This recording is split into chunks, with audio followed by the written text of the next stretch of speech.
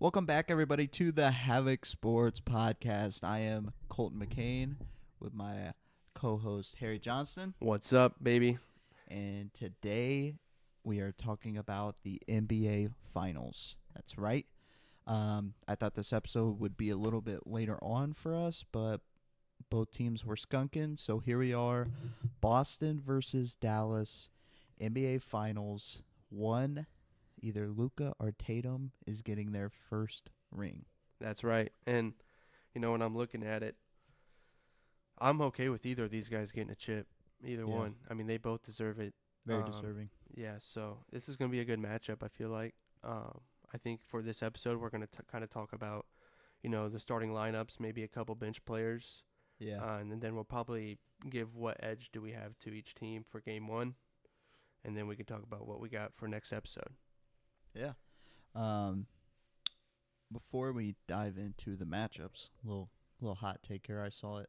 I think on ESPN with Stephen A. They were talking about where Kyrie ranks if he gets another ring as an all-time number 2 option. I think you can make a claim for 3 because I got Scottie Pippen and Kobe up there. Well, you're putting him as shooting guard? I'm just saying number 2 all sidekick time? as a sidekick, like Pippen to Jordan, Kobe to Shaq. Oh, okay. As a sidekick? I think he goes number 3.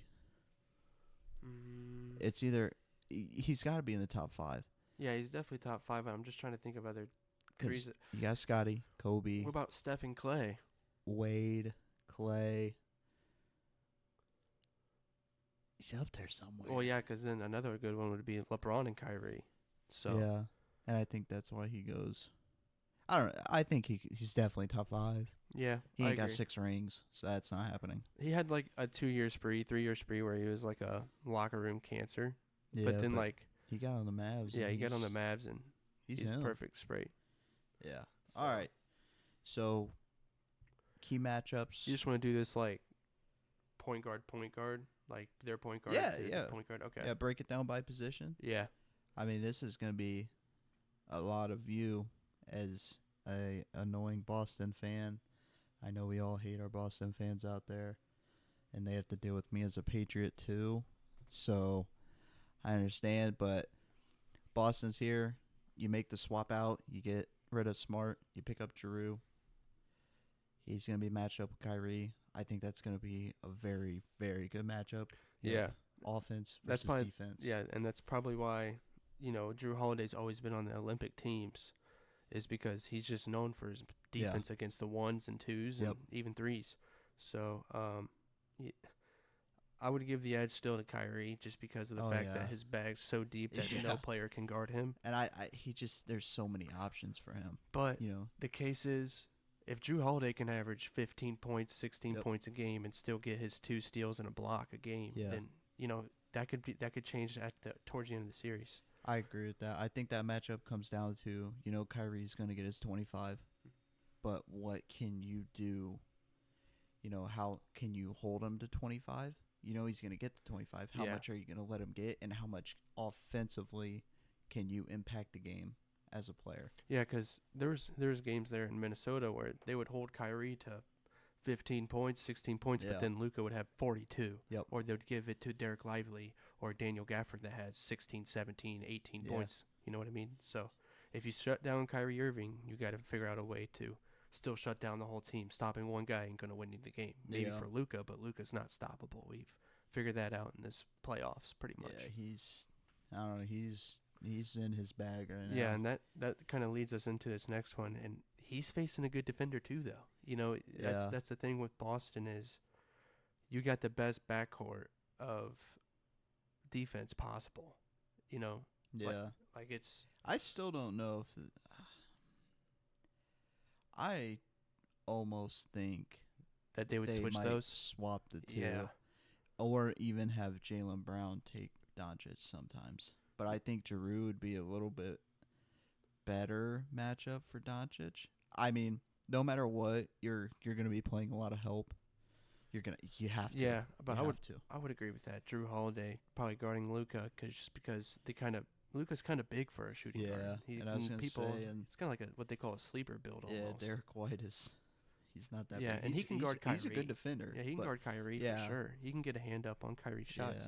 Yeah, it don't matter who you put on though. Yeah. Lucas got the slight edge there. Yeah. Yep. I don't even think it's actually slight. No, not at all. Luka's he's a one in a talent. I mean, like we're kind of witnessing history with this one too.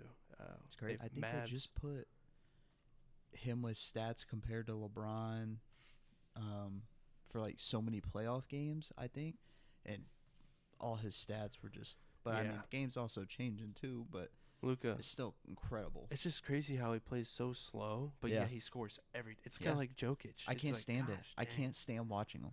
I'd like to see him win MVP. Yeah, I think he had. He was definitely top 3. We already talked about an MVP race. I don't. Yeah, whatever. Let's go into small forward, and this is kind of interesting. He's kind of had a career revival in Derrick Jones Jr. Yeah, he was good with Miami. Yeah, he was a dunker at Miami. Yeah, but he's kind of changing his game into a scorer. I think it's a lot different now because at Miami with Derrick Jones Jr. there, I think a lot more was asked of him because we weren't, finals runs or deep runs. I don't think if Jimmy was there, it was in like the last year, I want to say.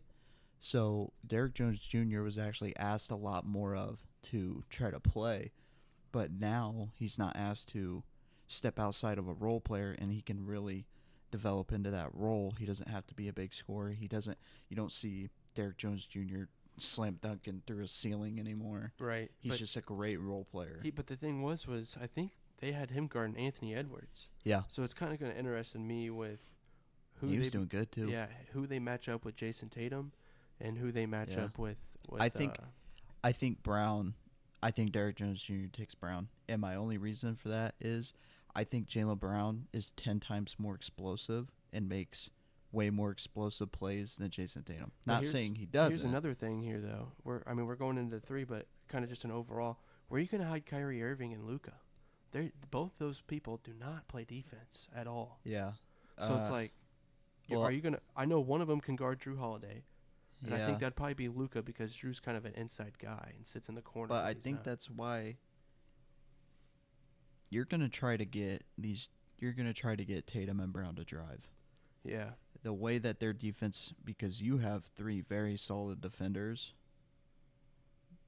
after Kyrie and Luka, so you want them to drive into that.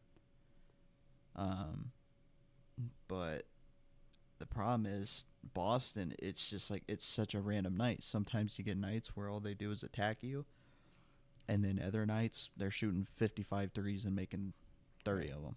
Yeah, and that's where it kind of plays in the role with, can Coach Joe Mazzulla make that adjustment where you tell your players instead of shooting 55 threes a night, we got to get in the inside. But I think that's what makes them so dangerous is you look at their lineup, every single one of the starters can shoot threes. All they can shoot, and they're all playmakers in their own ways. Like they each of those guys, that's the scary thing, is they can go on for 25 plus a game if they really wanted to in a different team. It's when I look at the matchup, and I mean we'll keep going down the list, but I think it's going to come down to, can Dallas's bench shine? Yeah. Can Dallas's bench outshine Boston's? And that's the thing. Their bench kind of really matches with our bench as well. Yep. Like that's what's kind of scary for me is you look at our bench, they got all counters for that. Yeah. So I think if we want to get ahead, we gotta jump on the first quarter and we gotta jump on the third quarter. Oh yeah. In the second quarter we might struggle a little bit, and that's when Luka will go off on our second unit for 15 points. You gotta find a way to try to limit. Luka's gonna get his points again, but if you can slow the pace of him getting those points, that's gonna be a massive role. And it's kind of ironic that Kyrie used to be on Boston and this Porzingis used to be on crazy. Dallas. So stepping on the logo. Yeah, that better. I don't think that's gonna happen. This rivalry is crazy. Our head coach kind of gave him a little bit of respect with what he said, but who knows with Kyrie? He's kind of changed his ways. I'm hoping he's not like that no more. But I know the Boston fans. Oh yeah, no, it's gonna be nuts. Yeah, you're not going to be able to hear the announcers because of the booze. No, it's gonna be crazy. Yeah, but let's move on to Power the forward. four. I Yeah. actually like this matchup. Yeah, this is kind of a underrated matchup as well, just because PJ Washington never really got any attention on Charlotte. The best thing that happened Yeah. to PJ was going to Dallas. Yeah, and shout out to whoever was making those moves Like- because Watching him at Kentucky, I don't think people realize how good PJ Washington was. he could shoot. He can shoot and he can defend, and he's got that ego era that just gets all of Dallas going. Like, yeah, Luka gets people fired up, but when Luka's down and Kyrie's not having a great game, PJ Washington can flip that switch for them so fast. And, like the meme, standing on business. Yeah, Like, I mean, he's a great defender. Obviously, Tatum's Tatum. but that's the thing though is with I'm not going to lead into it yet, but with the 5 being spread out, Yep. if PJ gets beat, which he was getting beat by Anthony Edwards, Jaden McDaniels on a mid range, so Yeah. he's got to, if PJ Washington wants to stay in his game, he's going to have to try to defend the drive because he knows it's coming, Yeah. and try not to foul. If you Jason Tatum's so good at drawing fouls. I think, too, this is a big year for Jason Tatum. This is such a put your money where your mouth is and show us. Obviously, they cannot help the fact that their path was against all injury-riddled teams. You can't help that. But this is like a prove it. You have these performances where it's like, okay, that's a unanimous top 5 player, and then you go on these streaks of it's not there. Like last finals that he was in, I think he had 26 points a game, which you look on paper, it's like, okay, that's good. But if you actually watch the games, you saw him moments where it's just like, where's the regular season Jason Tatum at? And I think a big part of that is that's his first ever finals. He was probably crap. I mean, look at LeBron in 2011. His first finals with Miami, not his first finals. But you want to talk about, as a Heat fan, and as I think LeBron's the best player of all time, you want to talk about the biggest crumble of all time, it's 2011 LeBron James. Yeah. But I think you've been there. You've tasted defeat. You don't want to feel that again. But this is definitely a prove-it time for Jason Tatum. Go ahead and solidify yourself. You want to say you're the best? Okay, show us that. Right. Do it. And the thing is, with as much as a big thing it is for Boston, it's kind of a big thing for the whole East Conference. Yeah. You have the best team in the league in the East, and everybody's calling you, oh, it's easy in the East. You know what I mean? So if Boston can beat with the West and kind of be like, hey, we're standing on business. I think what makes this so scary is you look at Boston's lineup and you're like, okay, I personally think they have a better team overall. But what makes this series so scary is Boston has everything to lose from this, and Dallas doesn't. Because Dallas was never in the finals picture. Nobody ever thought Dallas was going to the finals. I was gonna say, what seed are they? Are they 4, 5. Okay, yeah. So 4 or 5. everybody kind of knew about them, but they weren't serious about them. But Boston, it was like, Boston's guaranteed. They're going to the finals. They're the best team this year. They have this, and this. Tatum should have been MVP. We should have had All-NBA first teams. All 5 starters of Boston should have been the All-NBA first team.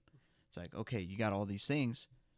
So everyone is expecting so much out of Boston and nothing out of the Mavericks. And when you have nothing to lose, that makes it so much more scary. Yeah, and that's why you assemble this team. Yeah. Is for the moments like these. You got Porzingis coming off injury. Yep. We don't know how we're going to see him perform. He might even come out as a this sixth Mavericks man. Yeah. Porzingis, or is this New York? the revived? Because he wasn't looking bad in the playoffs. Like, he No. wasn't looking terrible. He was Shoot. averaging like 22 a Boston game. signed him straight from New York. Yeah. I don't know what happened at Dallas, but Washington, Boston he was signed good him. It was too. like, okay, did they just like time travel and get him from New York fresh? Well, in Washington, he averaged 26 points. Yeah. So it's like he was doing good. It's just, He was on Washington. yeah, just kind of like how Daniel Gafford, who we'll go into now. Yep. He was on Washington, and Yep. no one knew about Daniel Gafford. Great pickup. Yeah, and he's been astronomical on the defensive side. The Mavericks getting these pieces is just a masterwork. He's so good. He's young. I think this matchup is super key because I have this start off or marked because Al Horford has to lead this team. Yeah. I get that it's Tatum and Brown's team, but the leadership of Al Horford has such a big impact and has been such a big impact for them. Everybody talks about, oh, will Jason Tatum finally get his first ring? How about Al Horford? Yeah, I think he deserves it. I think in the league right now he has, I think either first or second most playoff games played without a champion, and I think that goes all time. Yeah, that goes to all time because and he's 37? He's gonna be 38 in June. Young, so close. So if he doesn't win this one, I can see him either retiring or he's got one more year. Yeah. And so I think he's kind of taken that, what Mike Conley kind of did with Timberwolves, like, hey, I'm old, I'm not going to maybe have this chance again. We got to do this for me. And so I think that's how he's taken that leadership role into trying to rally these young guys, these superstars up to be a team. And like you said, if he goes off and he has his 3 points a game, we're going to guarantee a win next game. Yeah. I mean, it's just if the vet is getting explosive and is bringing that energy, that changes things. Right. It's just crazy though. He's 37 and has just as much finals experience as all the other guys. Yep. And I think this will be Drew Holiday's second, because he won his. Yeah, and it's with it'll Milwaukee. Might be like his third. Oh no, he was just on Milwaukee. Yeah, Milwaukee. He didn't and do they anything. Won. And he played a huge defensive role. But he scored a lot of points too. So, I think if you're asking out of the starting five who has the slight advantage, I really like the odds of Boston. I think they are 1 through 5 all around just a better team. I think their chemistry is better. And that's with Porzingis healthy. Yeah. And we'll probably rate it with Al Horford starting at the 5 too, because you don't know if he's going to have to get ramped up and be off the bench for a little while. I say I give the edge to Boston because if Tatum's not having a good game or Brown, these other players are scoring points. I mean, we saw when I watched them in Miami, Derek White was averaging 28 to 30 points. Yeah, he was I think that's kind of a thing for him now. Is in Miami, he just boom, he's a star. He's a Derek superstar. White. So it's like you take out your 2 stars, there's still players that can get it done. You take out Luka and Kyrie, I don't see one that I look at that's like they're getting 30. Yeah. Defensively, they're very good. Offensively, not. And everyone says the saying, and I heard a coach say this one time. I think it was an offensive coordinator.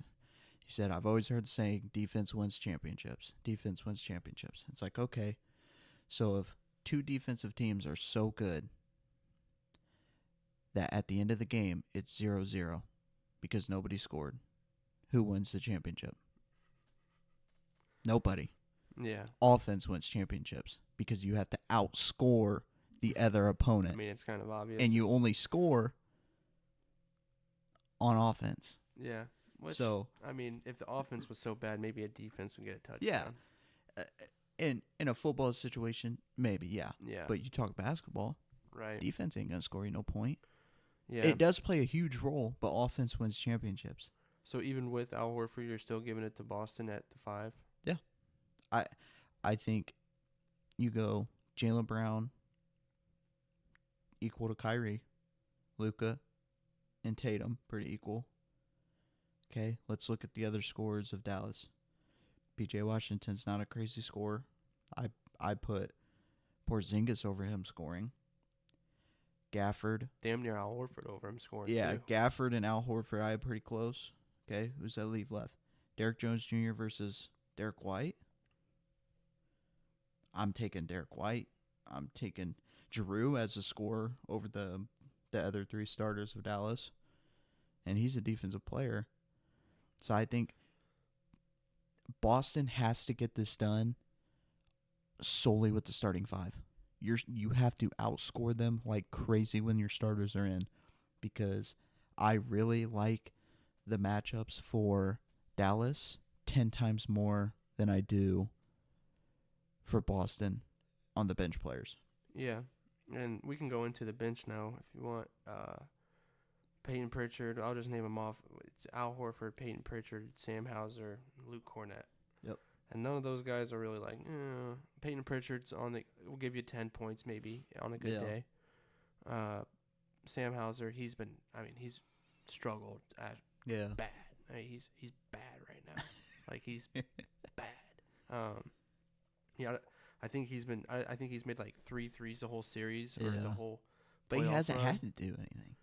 Yeah, that's the thing. The bench hasn't had to do anything. It'd be nice. I mean, if Jaylen Brown and Jason Tatum got to keep scoring 40 points a game, it just won't last. Yeah, we got to have some type of help with.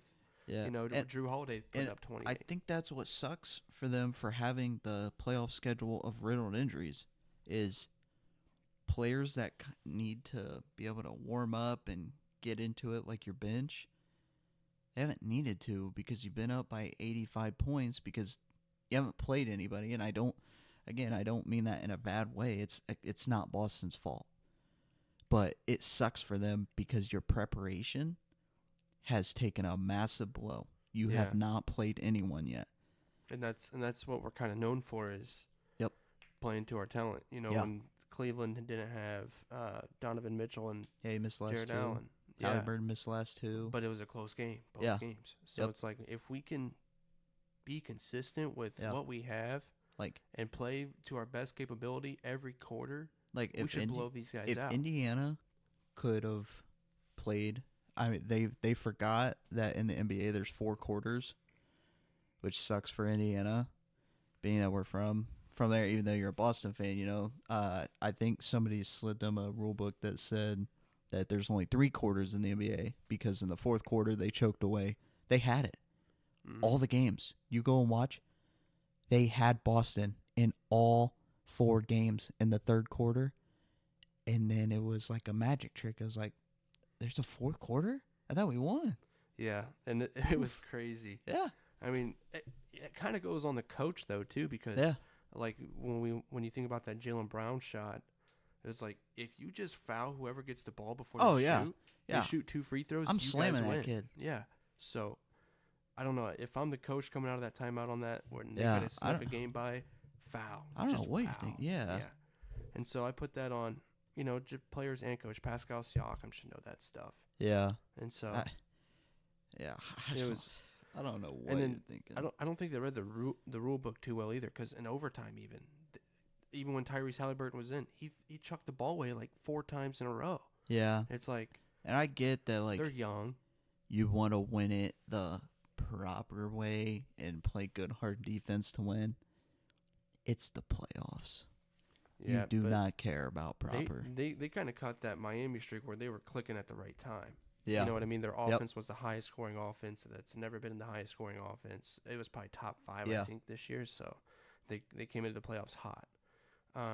Going into the Mavericks bench, let's get started on that one. So we got Peyton Pritchard, Josh Green, Deontay Exum, Sam Hauser, Tim Hardaway, Luke Cornett, and Derek Lively and Al Horford. And I think that's probably going to be a matchup that's key too. Is Tim Hardaway? Yeah, if he can shoot.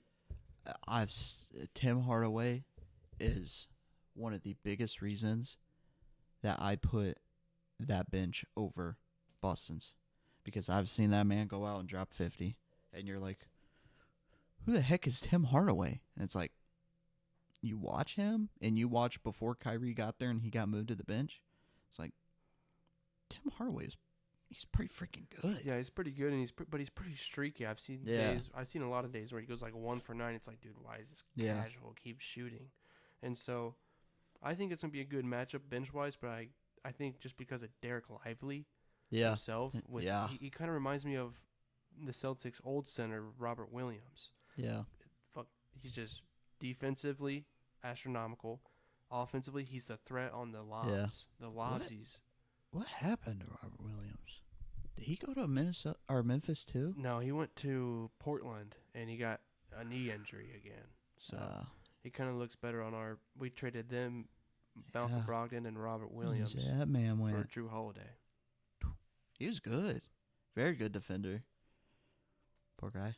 Yeah, And now they're going to the finals again. yeah. Sucks. I feel bad for him. Did you see that like Grant Williams thing?